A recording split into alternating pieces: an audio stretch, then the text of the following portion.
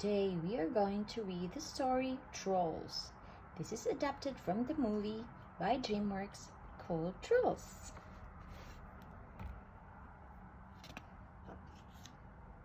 This is adapted by David Lewman, illustrated by Character Building and Fabio Laguna. Once upon a time, in a beautiful forest, there lived the happiest creatures the world has ever known. The trolls. They loved nothing more than to sing, sing, sing, dance, dance, dance, and hug, hug, hug all day long.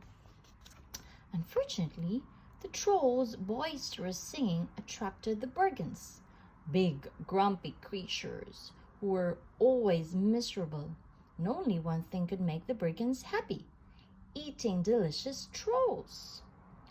The Bergens chopped down almost all the trees in the forest to build Bergentown. They left just one tree for the trolls and put a cage around it. Once a year, on a holiday they called Trollstis, the Bergens gathered around the tree to eat trolls.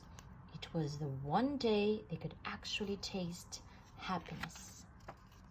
Young Prince Gristle couldn't wait for his very first Trollstis, when he would taste his very first troll and finally experience happiness. But when Prince Gristle bit down on a troll, all he tasted was wood. The trolls were fake. Where did the delicious trolls go? Roared his father, King Gristle.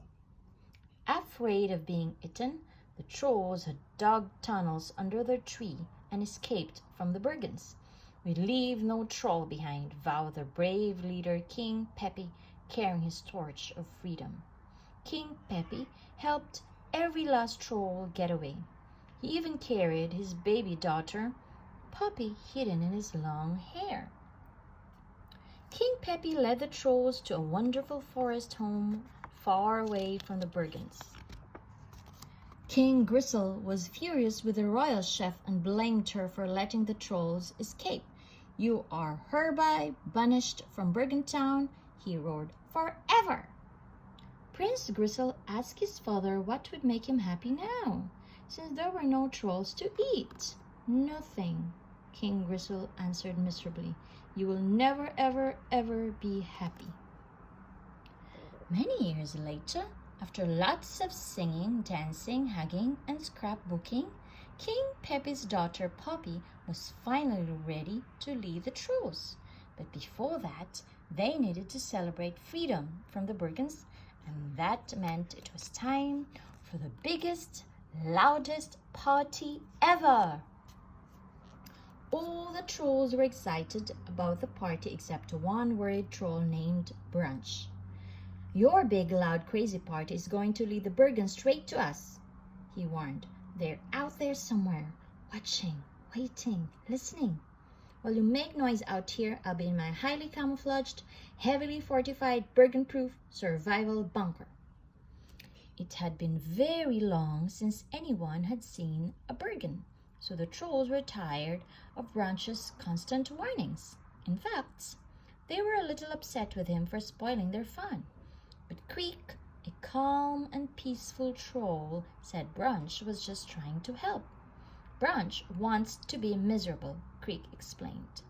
"But I want all trolls to be happy," Poppy said. At the celebration, all the trolls, except Brunch, of course, sang and danced. "Turn the music up," Poppy called out.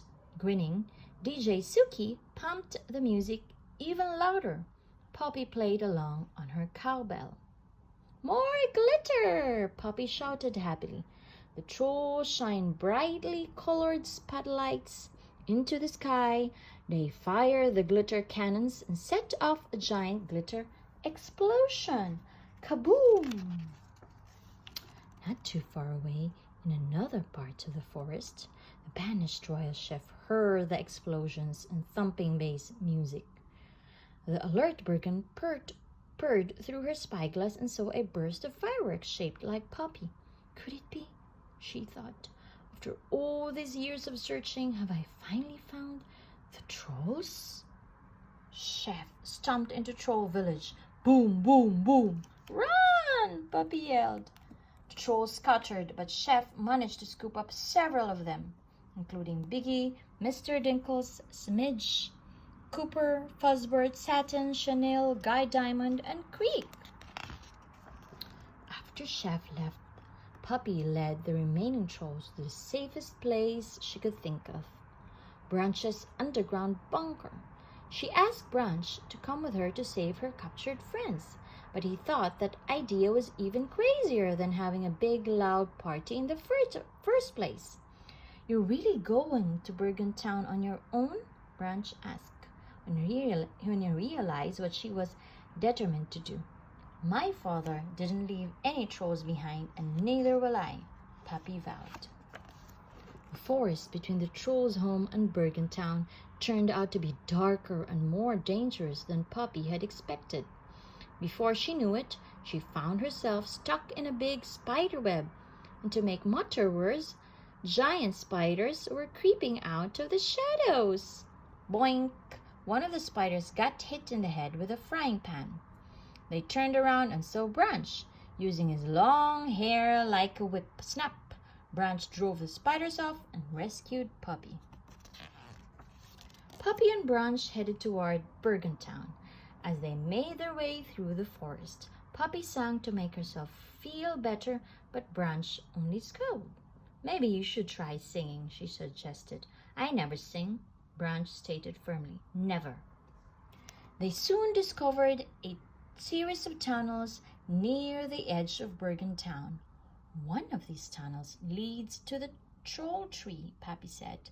"But the others lead to certain death," warned a talking cloud. Cloud Guy offered to show them the right tunnel if Branch would give him a high five and a fist bump and a hug. Branch got so mad that he chased Cloud Guy, who led them all the way back to the old troll tree. Meanwhile, in Bergen town, Prince Gristle had grown up and become king. Hiding in the troll tree, Puppy and Branch watched worriedly as he displayed their troll friends to the astonished Bergens. The newly unbanished chef announced a trollstice celebration the next night. "That's right," the king Gristle crowed. "Happiness is back on the menu." In the Bergens castle, Puppy and Branch snapped down a chandelier to spy on King Gristle. He was trying on his old trollstice bib, which was way too tight. "Rip!" And Cooper giggled.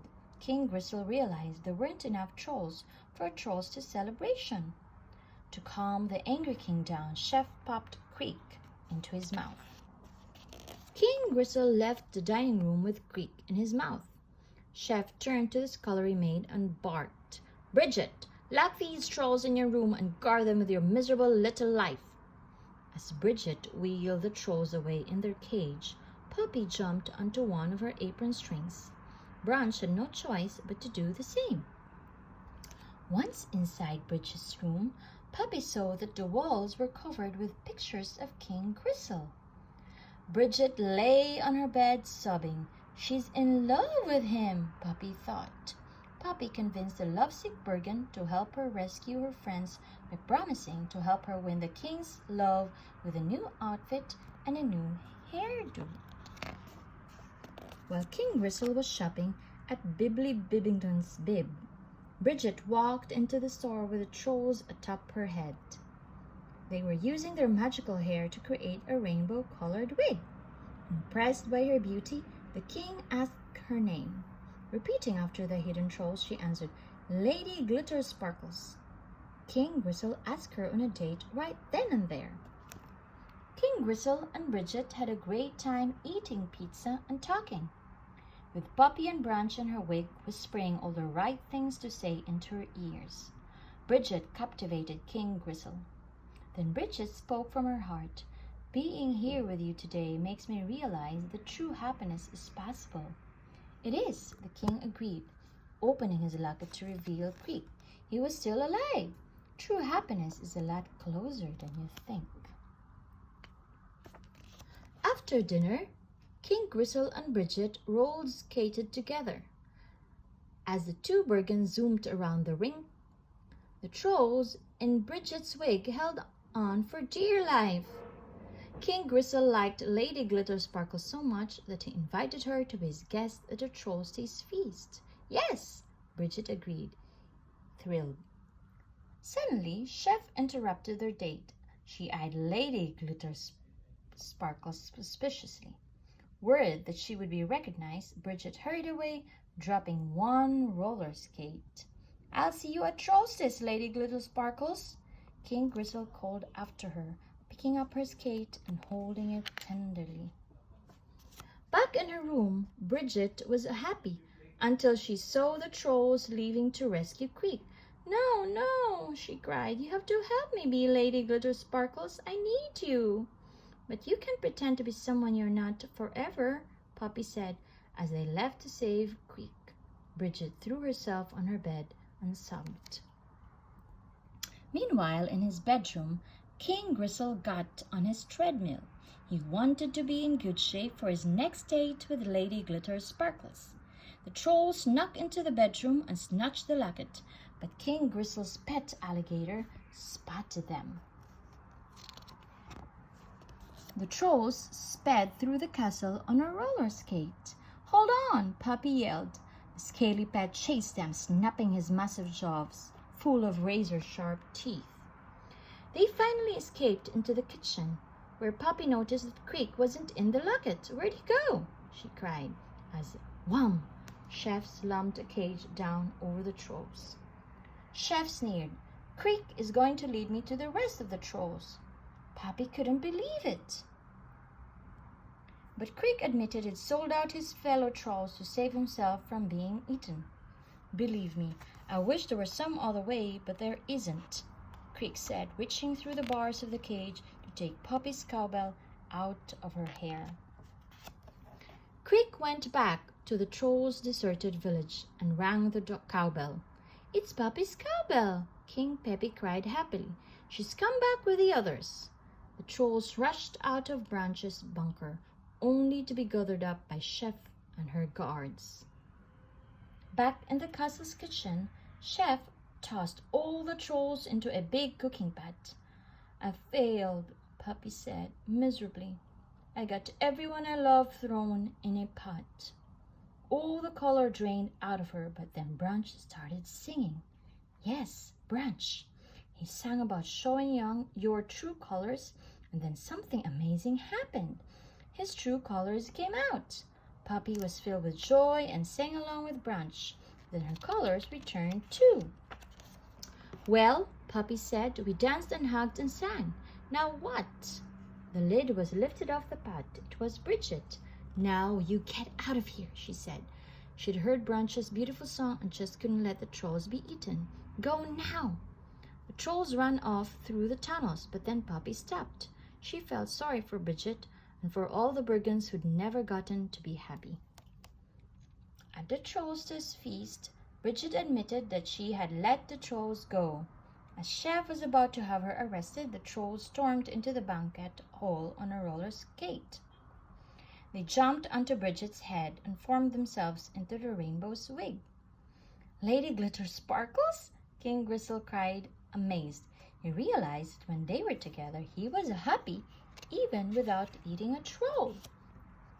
Peppy told the Bergens that all they needed to be happy was to hug and sing and dance. Poppy and Branch started singing and dancing, and soon everyone joined in.